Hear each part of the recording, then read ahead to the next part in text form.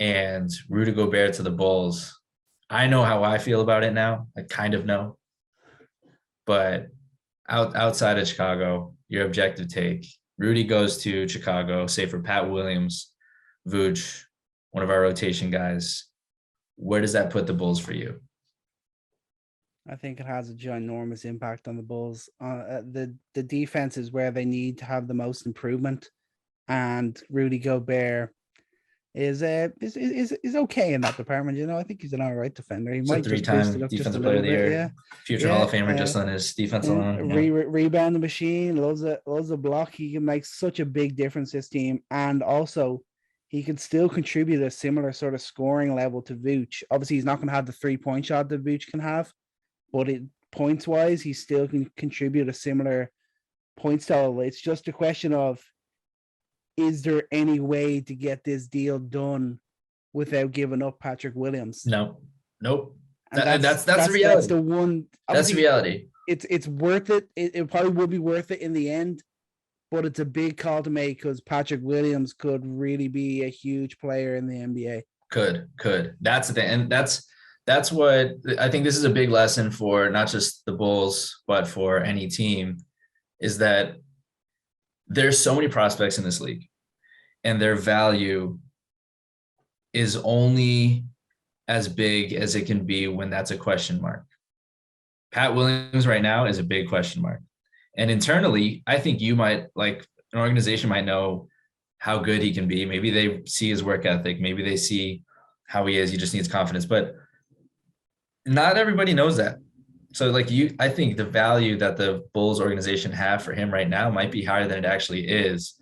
But the value for Gobert right now is as low as it could possibly be. And we just mentioned he's a 3-time defensive player of the year. You want to talk all the corny screen assist stuff that he's led in that category for the past 5 years, what he's done as a rim runner. I mean, this guy is just undeniably, for what he does, the best in the league at it, as a drop coverage defender, as a rim protector, as a rim runner. I mean, you talk about like Mitchell Robinson, talk about some of these other prospects. I mean, they don't compare to what Rudy does. I mean, he is the pinnacle of that.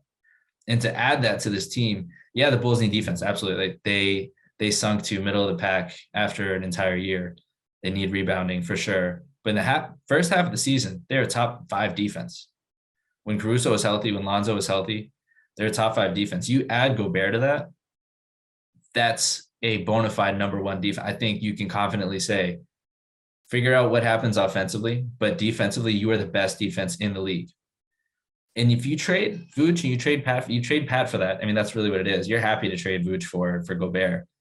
But Patrick Williams is an idea. Does he become Kawhi Leonard? Well, what's the % chance he becomes Kawhi Leonard? Because that's what we're talking about here. That's where the disappointment would set in if Patrick Williams becomes a two-way star. That would suck. It would. But you know what else would suck? If you have DeMar DeRozan, who's having a moment in his career where he was a legitimate MVP contender, you have Zach LaVine, who's about to get on a max contract and the height of his potential, and you have Lonzo Ball, who knows if he's going to continue to be healthy. Alex Caruso looks good still. And you have a lot of question marks on this team, a lot of holes to fill. Do you just give up on this team just for Pat Williams' future? I think the answer to that just logically has to be no. If that deal is on the table, I think for Zach LaVine, for DeMar DeRozan, for a chance at a title, you have to try your best to do it. You don't mortgage your future, but I think that gives you a chance. If you're the best defense in the league and you got isolation scores, you have an offensive minded coach, there is a way, there is a formula to do it. I think they would have to do it. Yeah, I think you're right. I think it's definitely worth the chance at this moment.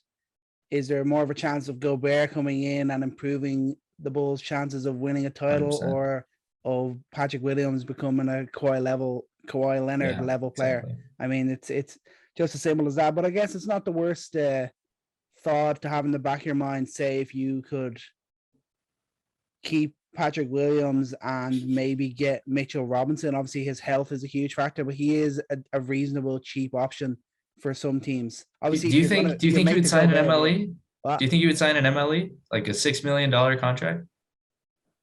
Mm, probably not, because I'd I say don't think so. New York will probably offer him more. But even if it was like, even for other teams, I think he's the. I think teams that want want some defense are looking at Gobert, because I think Utah's probably going to be willing to listen to offers at least. But I think it's nice to know that a guy like Robinson is kind of the cheaper option there if needs be. But yeah, sticking with Gobert, I think it's pretty simple. If that deal is on the table and can be made, it's not completely mortgaging your future, and it's going to improve the team a lot in the next year or two, and that's what they have to do. They've made that deal last year with getting DeRozan in, and probably the window is a bit shorter for him, but obviously you still got the young guys like Lonzo and Levine too. But DeRozan's a big part of this, and you got to give him the best opportunity to lead a team to being more competitive than they were this year. Thanks for watching Coast to Coast on YouTube. For full episodes, check out the show wherever you get your podcasts. And for all the best hot takes, subscribe to the Coast to Coast YouTube channel below.